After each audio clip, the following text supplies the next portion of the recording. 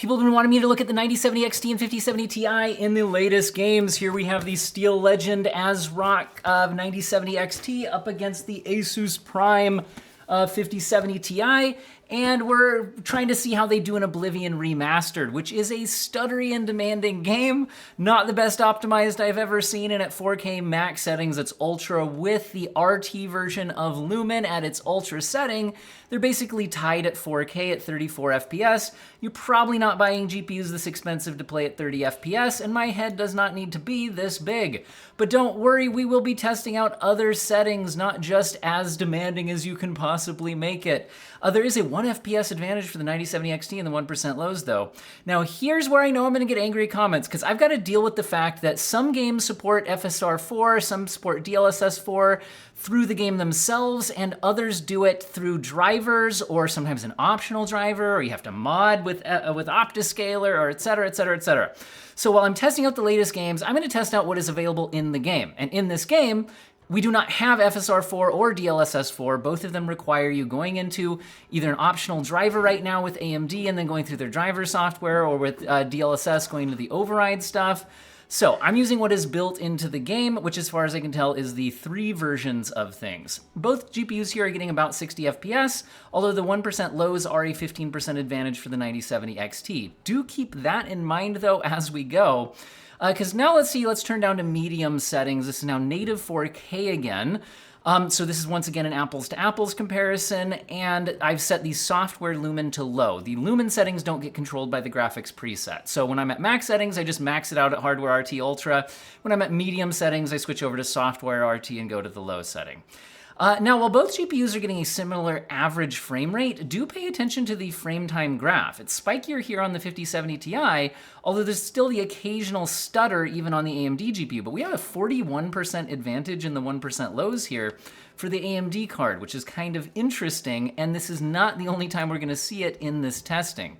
This game can just be kind of stuttery, but it certainly seems to be more stuttery on the 5070 Ti, which is kind of interesting. Once again, kicking on DLSS and FSR to the performance mode, we now see the 5070 Ti taking a bit of a performance lead in the averages by 7%, but the 9070 XT has a smoother frame time graph by 26% at 87 versus 69, which is more nice though, even being a lower number. Now also do keep in mind that the video footage you see, the smoothness is not a good reflection of whether the game is juddery or stuttery or anything. I'm capturing out of sync with the 60 FPS capture card, which can add its own judder regardless of the frame rate or frame pacing you would see in person. That's why you look at the frame time graph and the 1% lows to judge smoothness. Moving now to 1440p, which I think might be the more common target for this class of GPU. At the max settings, once again, so Ultra with the hardware RT Lumen Ultra, we're now seeing the 9070 XT take a 2 FPS or 4% lead. It's basically the same average frame rate. However, in the 1% lows, we're seeing a 14% advantage and generally a smoother frame time graph on the 9070 XT. Now, you certainly could play the game at these settings. You're just slightly under 60 FPS. This is a fairly slow-paced game. And honestly, the higher your frame rate goes, the more jarring the loading stutters will be. And this game will hit loading stutters no matter what your system is.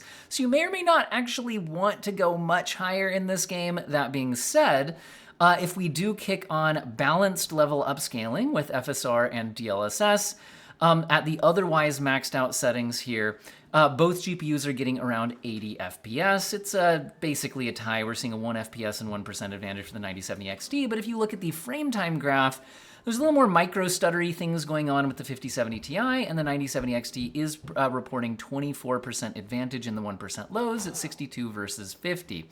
I will say, though, that the DLSS image quality I do think looks a bit sharper. If you look at things like the grass, etc., a little more blurry on the left-hand side of the screen, the deer running around in motion, although that isn't perfectly in sync, things like that. Now, if we drop down to medium settings, but leave it at native 1440p resolution, and again, we're at the software Lumen at its low settings, Both GPUs are good for around 100 FPS, although the 9070 XT is 5% ahead. Again, not the kind of thing you would notice without a frame time counter. However, once again, I'm noticing a much smoother frame time graph on the left-hand side of the screen, which is also showing up in the 1% lows as a 42% advantage for the 9070 XT at 84 versus 15.9. These are both on a high-end 9800 X3D based platform. They're running in exactly the same system. There does just seems to be a consistent advantage in the frame time smoothness for the 9070 XT in all of the tests so far. Here, we're going ahead and kicking on the I messed up, guys. I forgot to type in new numbers on this one. Okay, so look up here. This is average, 1% lows, 1% lows. Looks like I forgot to type in the new numbers here. I do all of that manually. Anyway, we're at 1440p, medium settings, software lumen low. We're using the balanced level upscaling now. So now it looks like both GPUs are getting around upper 140 FPS range. We'll see where it is right when we stop. Once again, we're seeing a bit of an advantage in the 1% lows for the AMD hardware, although as I look up at those stats, I do also notice the wattage advantage. The 5070 Ti is certainly doing this at a lower power. Anyway, looks like I once again remember to actually type the numbers in, so I'm going to slide down tiny out of the way again. Anyway, now we're at 1080p resolution. We're at the absolute maximum settings. Ultra with the hardware RT Lumen Ultra, and the 9070 XT is taking a 7% advantage at 75 versus 70, and the 1% lows are a 27% advantage at 56 versus 44. I know a lot of people would be targeting these kinds of GPUs for 1440p. I know 1080p is still the most common monitor choice, but these are higher end GPUs than the general population. So I think if you're one of the people buying a high-end GPU, you're more likely to have at least a 1440p display. But I thought it'd be worth testing out here. I'm not going to test out upscaling at 1080p on GPUs of this class, but I will test out medium settings. So here we can see that the 9070 XT is good for 148 FPS, whereas the 5070 Ti is good for 141. In other words, they're both good for a 1080p 144 Hz display, that kind of thing, your nice high frame rates. However, in the 1% lows, I am once again seeing a smoother frame time graph and better 1% lows on the 9070 XT. This time the advantage is 27%. So that kind of seems to be the story overall here, is that in the average frame rates, there's not a massive difference between the two, but in the just general frame time consistency, the 9070 XT seems to have a bit of an advantage. Now, some final thoughts on all of this. So overall, if you're buying a GPU specifically for this game, I'm just going to mention that this game is going to be kind of stuttery no matter what you do. As the game loads into new regions, you're going to get, look, right there's a big spike coming in on the 9070 XT. It's not like you're going to just fix all of the stutters by switching to that card, so do keep that in mind. This game just is stuttery. However, it is a noticeable difference in the 1% lows here. Overall, image quality-wise, it does seem like upscaling, this being an Unreal Engine 5 game, upscaling does tend to be a big thing. And realistically, in the test I was running here, it was the 3 version on both DLSS and FSR built into the game, where I thought the DLSS did have the image quality advantage. If you download an optional driver update for AMD, you can get FSR 4 working in this game. If you go through the driver, and NVIDIA also has a driver override available. And again, I know I'm going to get angry comments saying I should be going out of my way to do all of that stuff, but realistically, I know the general gaming population, and most of them aren't opening up separate apps or downloading optional drivers in order to tweak the game settings. Some of them will look up optimized guides and do that kind of thing, but I'm looking at what is available in the game itself. Now, it's always a good idea to look at what these GPUs cost on the current market. Yesterday, the best deal I could find on an 9070 XT was closer to $800, and my ASRock Steel Legend here that I've got in this video is $832. However, it looks like right now you could get an Asus Prime OC for $720. That is interesting. Let's make sure this is actually in stock. Okay, and not from a scam seller. So it looks like you actually could get a $720 9070 XT at the time of filming here, which is interesting. Usually they sell out quickly at this price. So usually in the US market, you're paying about the same for a 9070 XT and a 5070 Ti.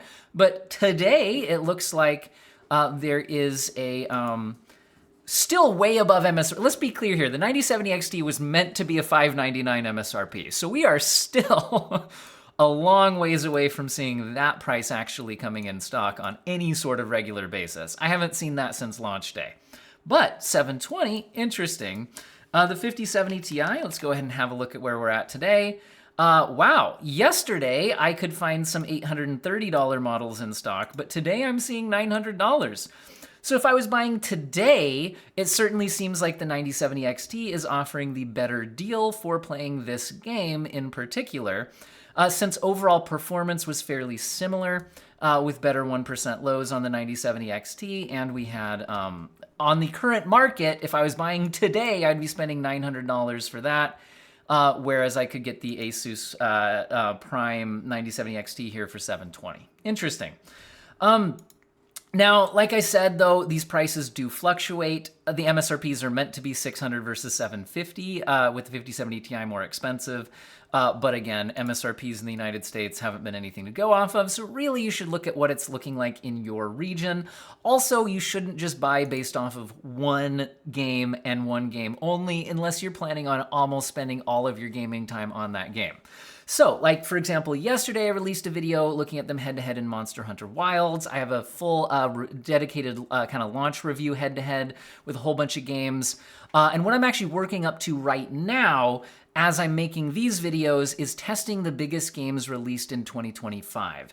I'm releasing some of these as standalone videos for big releases that came out recently, but expect fairly soon a massive head-to-head where everything you saw in this video would be part of it. Everything you saw in the Monster Hunter Wilds video would be part of it. I'm gonna have Doom the Dark Ages, I'm gonna have Kingdom Come Deliverance 2, I'm gonna have, Final Fantasy VII Rebirth, I've got Clair Obscur Expedition 33. There's a bunch of games that released in 2025. I think I picked at least the 8 biggest releases I could think of.